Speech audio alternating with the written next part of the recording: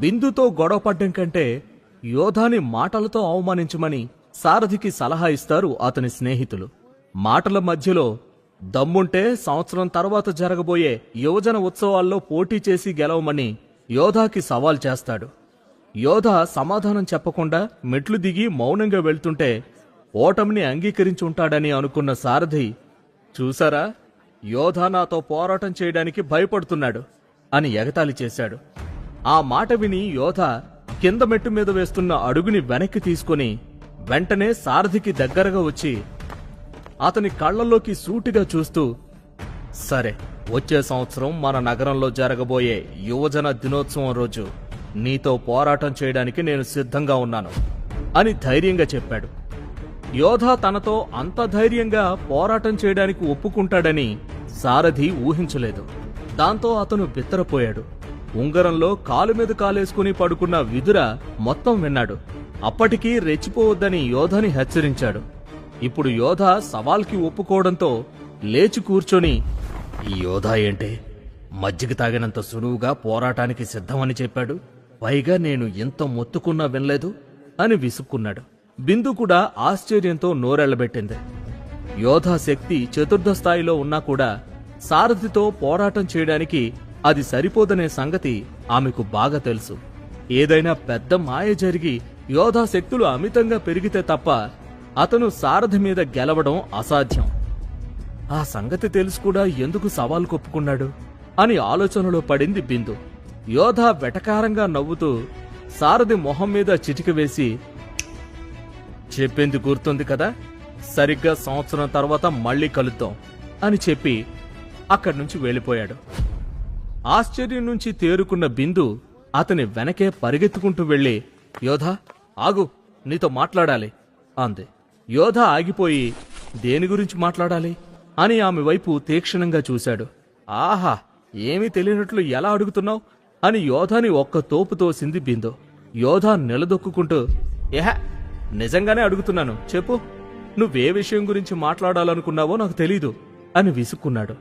అయితే విను, ఆ సారథిగాడు నిన్ను రెచ్చగొట్టాడని అర్థం కాలేదా? పౌరుషం వచ్చి సవాల్ కొప్పుకున్నావు. ఏదైనా తేడా జరిగితే నీకెముకల్లో సున్నం కూడా మిగలదు అని కోపంగా చూసింది బిందు. యోధ నవ్వుతూ, అలా ఏం జరగదు, నువ్వు మరీ భయపడాల్సిన అవసరం లేదు. నేను సరేనని చెప్పిన తరువాత సారథి మొహంలో భావాలు ఎలా మారిపోయాయో చూసావా? అతని మొహం ఎలా పాలిపోయిందో గమనించావా? 3 సంవత్సరాల క్రితం నన్నందరూ ఎలా చూసేవారో ఇప్పుడు కూడా అలాంటి భావాల్ని అక్కడ కొంతమంది కళ్లల్లో చూశాను అని గర్వంగా చెప్పాడు. బిందు ముందుకు నడుస్తూ, వాళ్ల భయం సంగతి అలా ఉంచు, అసలు నువ్వు ఏ ధైర్యంతో సవాల్ కొప్పుకున్నావు? కొంపతీసి నీ దగ్గరేమైనా మాయాజాలం ఉందా అని కుతూహలంగా అడిగింది. యోధ ఆమెతో పాటు నడుస్తూ, అలా అయితే నీ దగ్గరేమైనా మాయాజాలం ఉందా? మరి నువ్వెలా సారథిని అంత తేలిగ్గా ఓడించావు అని అడిగాడు. ఆ మాట విని, నా దగ్గర అలాంటివేమీ లేవు అని తడబడుతూ చెప్పింది బిందు. యోధ ఆమె వైపు యగాదిగా చూసి, నువ్వు అబద్ధం చెప్తున్నావు, ఖచ్చితంగా నీ దగ్గర ఏదో విషయం ఉంది. ఇందాక నువ్వు పోరాటం చేస్తున్నప్పుడే నాకు అర్థమైంది అని చెప్పాడు. నువ్వు అసలు విషయాన్ని అమర్చాలని చూడకు. నీ గురించి చెప్పమంటే నా గురించి ఎందుకు మాట్లాడుతున్నావు అని యోధ ముందుకు వెళ్లి అలానే వెనక్కి నడుస్తూ అడిగింది బిందు. నేను నిజమే చెప్పాను. ఇందాక నీ వేగం చూస్తే నాకు అనుమానం వచ్చింది. అసలు నీకు అంత శక్తి ఎలా వచ్చింది? నువ్వు సాధారణ అమ్మాయివైతే కాదు, ఆ విషయం మాత్రం అర్థమైంది అని కళ్ళెగరేశాడు యోధ. నేను సాధన చేశానంతే, మరి నీ సంగతేంటి? సారథిని ఎలా ఓడిస్తావు అని కుతూహలంగా అడిగింది బిందు. ఎలా అంటే ఏం చెప్తాను? నీలాగే సాధన ద్వారా శక్తులు పెంచుకొని అప్పుడు అతని సంగతి చెప్తాను. పద వెళ్దాం అని బిందు చేయి పట్టుకుని ముందుకు నడిచాడు యోధ. అరుణమహల్లోకి వెళ్లిన తరువాత ఎవరి గదుల్లోకి వాళ్లు వెళ్లిపోయారు. యోధ తన గదిలోకి వెళ్లి మంచం మీద పడుకుని, సందేహం లేదు, బిందు ఏదో దాస్తోంది. తన దగ్గర నాకు తెలియని రహస్యం ఏదో ఉంది. ఏమై ఉంటుంది అనుకుంటూ ఆలోచనల్లో మునిగిపోయాడు. సరిగ్గా ఊహించావు యోధ అని విదుర గొంతు వినిపించింది. ఏమంటున్నావు గురు అని ఆశ్చర్యంగా అడిగాడు యోధ. బిందు గత జీవితమేంటో, ఆమెక్కడ్నుంచొచ్చిందో, మీ దళంలోనే ఎందుకు చేరిందో అవన్నీ చాలా పెద్ద రహస్యాలు.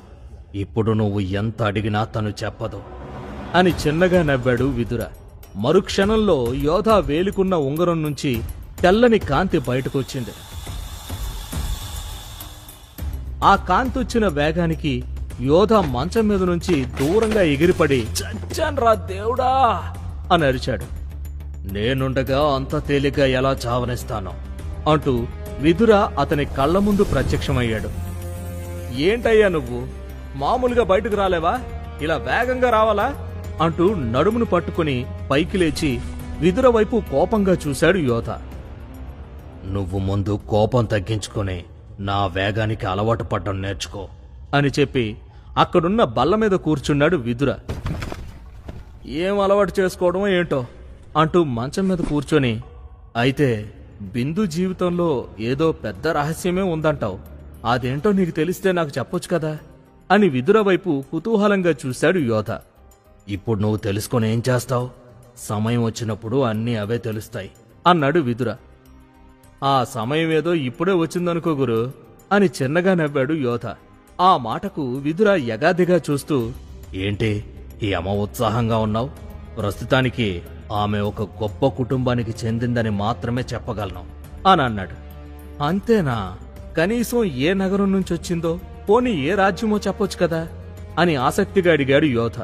ఆ ఆసక్తేదో నీ సాధన మీద పెట్టు, తొందరగా నవనక్షత్రాల శక్తిని దాటుతావు అంటూ దెప్పి పొడిచాడు విదుర. ఆయన మాట తీరును బట్టి అంతకు మించి ఏం చెప్పడని అర్థం చేసుకున్న యోధ మంచం మీద నుంచి దిగి అక్కడున్న బీరువా వైపు వెళ్ళాడు. బీరువా తెరిచి అక్కడున్న అమృతధార కోసం వెతికాడు. అది చూసిన విదుర, ఆగాగు, ఇప్పుడు నీకు అమృతధారతో ఏంటి పని, నీ శక్తులు పెరిగి నువ్వు తదుపరి నక్షత్ర స్థాయికి చేరుకోవడానికి మాత్రమే అది అవసరం పడుతుంది, నువ్విలా వచ్చి కూర్చో, నీతో మాట్లాడాలి అని కొంచెం కోపంగా చెప్పాడు. యోధ మరో మాట మాట్లాడకుండా బీరువా తలుపులు మూసొచ్చి మంచం మీద కూర్చొని, ఏంటో చెప్పు అని మొహం చిట్లించాడు. నీకసలు బుద్ధుందా, సారథితో సంవత్సరం తరువాత తలపడతానని ఎందుకు చెప్పావు, అలాంటి పనులు చేయకూడదని నీకు చెప్పాను కదా అని విసుక్కున్నాడు విదుర. చెప్పావులే, నేనేదో అక్కడ పోటీలు జరుగుతుంటే చూడడానికి వెళ్ళాను, సారథి కావాలని నన్ను రెచ్చగొట్టాడు, ఇందులో నా తప్పేముంది అని యోధ కోపంగా చూశాడు. పౌరుషానికి ఏమీ తక్కువ లేదు, సరే నీకు కొన్ని ముఖ్యమైన సాంకేతికతల గురించి వివరిస్తాను, జాగ్రత్తగా విను అని చెప్పాడు విదుర. చెప్పు చెప్పు అంటూ కోపాన్ని మర్చిపోయి విదుర వైపు ఆసక్తిగా చూశాడు యోధ. ముందు నువ్వు మంచం దిగి నేల మీద కూర్చో అని కళ్లతోనే నేలవైపు చూపించాడు విదుర. యోధ బుద్ధిగా తల ఊపుతూ కింద కూర్చున్నాడు. విదుర అతని వైపు చూస్తూ, నీ ఆత్రం చూస్తుంటే ప్రథమ శ్రేణి సాంకేతికత నుంచి మొదలుకొని అన్నీ ఒకే రోజు నేర్చుకోవాలని చూస్తున్నట్టు అనిపిస్తోంది. నువ్వు కంగారు పడాల్సిన అవసరం లేదు, అన్నీ ఒక్కొక్కటిగా నేర్పిస్తాను. కాకపోతే దేనికైనా ఒక పద్ధతి ప్రకారం పోవాలి. ఏదో ఒకరోజు సంవేద్య గ్రహంలో నీ అంతటి వీరుడే లేడనే స్థాయికి తీసుకువెళ్తాను. అసలు ఇంతవరకు నా శిష్యులకు కూడా నేర్పించని విషయాల గురించి ఇప్పుడు నీకు చెప్తాను.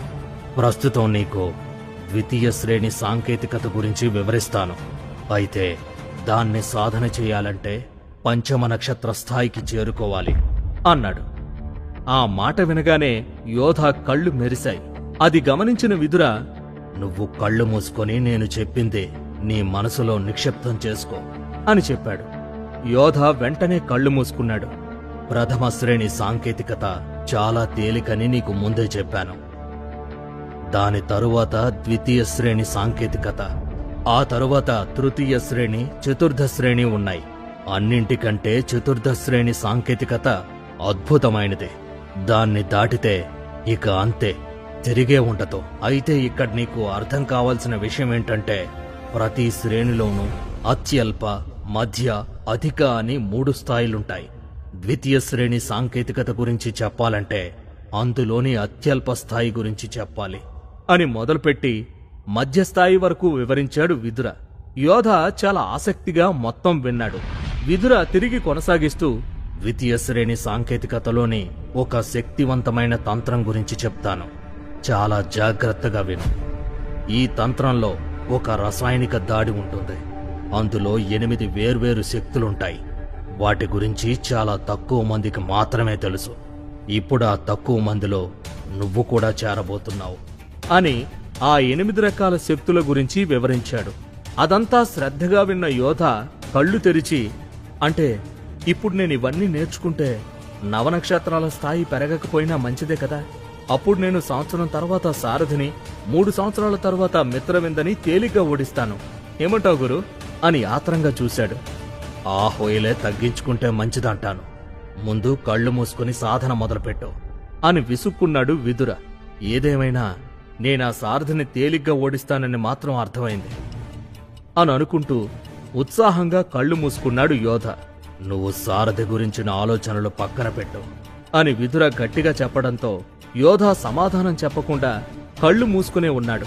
అతని మనస్సులో భావాలు ఇట్టే అర్థం చేసుకున్న విదుర, అవసరం లేని విషయాల గురించి ఆలోచిస్తూ సాధన చేయడం అనవసరం అంటూ తిరిగి ఉంగరంలోకి వెళ్ళిపోయాడు. యోధ కోపంగా పైకి లేచి, ఇంతోటి దానికి ఇవన్నీ ఇప్పుడెందుకు చెప్పావు? ఇలా అయితే నేనెప్పుడు సాధన చేయాలి అని కోపంగా ప్రశ్నించాడు. నువ్వేది పూర్తిగా నేర్చుకోకుండా ఎవరి మీదైనా పోరాటం చేస్తే ఏ కీలుకా కీలు విరిగి జీవితాంతం మంచంలో ఉంటావు. అప్పుడు నీకు సేవలు చేయడానికి మనుషులు అవసరం అవుతారు. అలా జరగకుండా ఉండాలనే ముందుగానే శక్తుల గురించి మొత్తం వివరించాను అని విదుర గొంతు వెటకారంగా వినిపించింది. ఇప్పుడు నువ్వు మర్యాదగా బయటకొచ్చి నేర్పిస్తావా లేదా అని కోపంగా అడిగాడు యోధ. విదుర ఆవలిస్తూ, ఇప్పుడు నేను నిద్రపోవాలి. రేపు ఉదయాన్నే మీ నగరం సరిహద్దుల్లో ఉన్న కొండ దగ్గరికి పద, అక్కడైతే నీకు అన్ని విధాలా అనుకూలంగా ఉంటుంది అని చెప్పాడు. యోధ ఏమీ మాట్లాడకుండా కోపంతో తన గదిలో నుంచి బయటకు వెళ్లిపోయాడు. మరుసటి రోజు ఉదయాన్నే సుమేధానగర సరిహద్దుల్లో ఉన్న ఒక ఎత్తైన కొండ మీదకొచ్చాడు యోధ. అక్కడొక స్తంభం ఎదురుగా ఉన్న రాయి మీద పద్మాసనం వేసుకుని కూర్చున్నాడు. విదుర చెప్పిన ప్రతి విషయాన్ని మననం చేసుకుంటూ శ్రద్ధగా సాధన మొదలుపెట్టాడు. కాసేపటికి అతని శరీరం నుంచి చెమట ధారాళంగా బయటకు కారుతోంది. సమయం గడిచే కొద్దీ అతని ఒంటి మీద ఉన్న బట్టలు ఒక్కొక్కటిగా చినిగిపోవటం ప్రారంభమైంది. అంతలో అకస్మాత్తుగా అతని భుజం మీద ఎవరో లాగిపెట్టి పెళ్లున కొట్టినట్లనిపించింది. మరుక్షణంలో వీపు మీద ఎర్రటి వాతలు తేలాయి. అబ్బా అనుకుంటూ నొప్పికి అల్లాడిపోయాడు యోధ. సమయం గడిచే కొద్దీ యోధ శరీరం భరించలేని నొప్పులకు గురైంది. అక్కడున్న స్తంభం వెనుకే కూర్చున్న విదుర అసలు యోధ ఎంతవరకు ఈ నొప్పుల్ని భరించగలడా అని ఆసక్తిగా గమనిస్తున్నాడు. 1 గంట తర్వాత యోధ ఆ నొప్పులకు అలవాటు పడ్డాడు. క్రమేపీ ఆ నొప్పులు తగ్గిపోయాయి. అది గమనించిన విదుర చిరునవ్వుతో తన చేతిని ముందుకు తోశాడు. అతని చేతి నుంచి తెలుపు రంగు కాంతి బయటకొచ్చి 100ల సంఖ్యల్లో బంతులుగా మారి యోధ శరీరం మీద దాడి చేయడం మొదలుపెట్టాయి. అవి తగలగానే అమ్మా అని అరుస్తూ కళ్ళు తెరవడానికి ప్రయత్నం చేశాడు యోధ. కళ్ళు తెరవకు యోధ, ఇప్పుడు నువ్వు ఆ దాడిని ఎంతవరకు తట్టుకుంటావో అప్పుడు నీ బలం అంతగా పెరుగుతుంది అని హెచ్చరించాడు విదుర. యోధ తల ఊపుతూ దాడిని తట్టుకోవటం మొదలుపెట్టాడు. బంతుల నుంచి దాడి తీవ్రత అంతకంతకు పెరిగిపోయింది. చివరికి తట్టుకోలేక యోధ ఎగిరి వెనక్కి పడ్డాడు. విదుర ఏమాత్రం చలించకుండా అలాగే చూస్తున్నాడు. యోధ పైకి లేచి తిరిగి మళ్లీ కూర్చున్నాడు. కాసేపటికి ఆ బంతుల దాడికి అలవాటు పడ్డాడు. అది చూసి విదుర ఎంతో సంతోషించాడు. ఆ తరువాత యోధ మీద అత్యంత భయంకరమైన ఇనుప బంతుల దాడి మొదలుపెట్టాడు. అవన్నీ యోధ మొహం మీద, భుజం మీద, తల మీద ఎక్కడంటే అక్కడ తగిలి రక్తం కారిపోతోంది. అతని శరీరం అతలాకుతలమైపోయింది. నిదానంగా మొదలైన దాడి చూస్తుండగానే ఎన్నో రెట్లు పెరిగింది.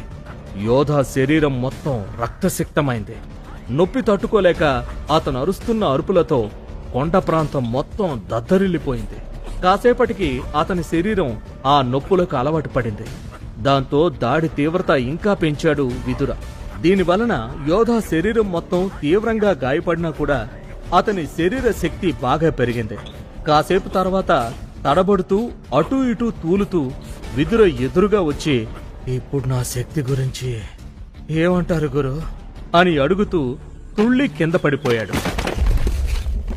ఇనుప బంతుల దాడుల వలన యోధాకి ఏం జరిగింది? అతను క్షేమంగానే ఉన్నాడా బిందు వెనుకున్న రహస్యం ఏంటి? అది యోధాకి తెలుస్తుందా? విదుర వలన యోధ ఎలాంటి శక్తులు సంపాదిస్తాడు? ఈ ప్రశ్నలకి సమాధానాలు తెలుసుకోవాలంటే వింటూనే ఉండండి యోధ, ఓన్లీ ఆన్ పాకెట్ ఎఫ్ఎం.